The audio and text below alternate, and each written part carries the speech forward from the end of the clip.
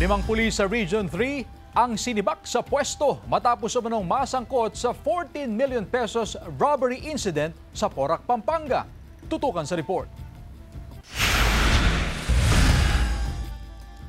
Pasado alas 8 ng gabi noong November 25, nangyari ang panloloob sa Barangay Santa Cruz, Porac, Pampanga.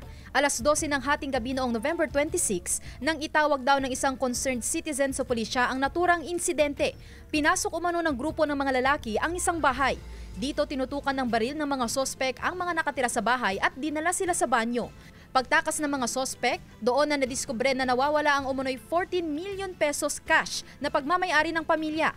Ayon sa pulisya, 5 ang itinurong sangkot sa panloloob at lahat sila pulis. 4 mula sa Angeles City Police at 1 mula Zambales Provincial Police Office. Nag-imbestiga tayo, tuloy-tuloy yung investigation natin. And based sa investigation natin, may mga nakikita tayong evidence nagli-link sa pulis.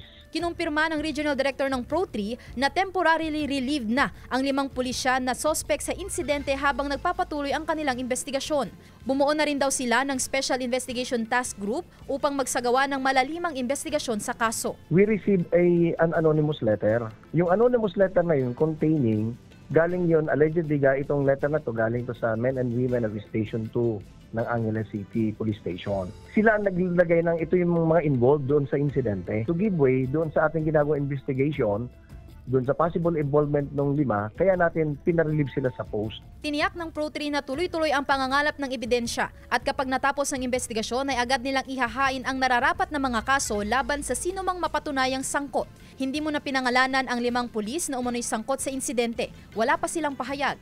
Sandy Salvacio, One North, Central Luzon.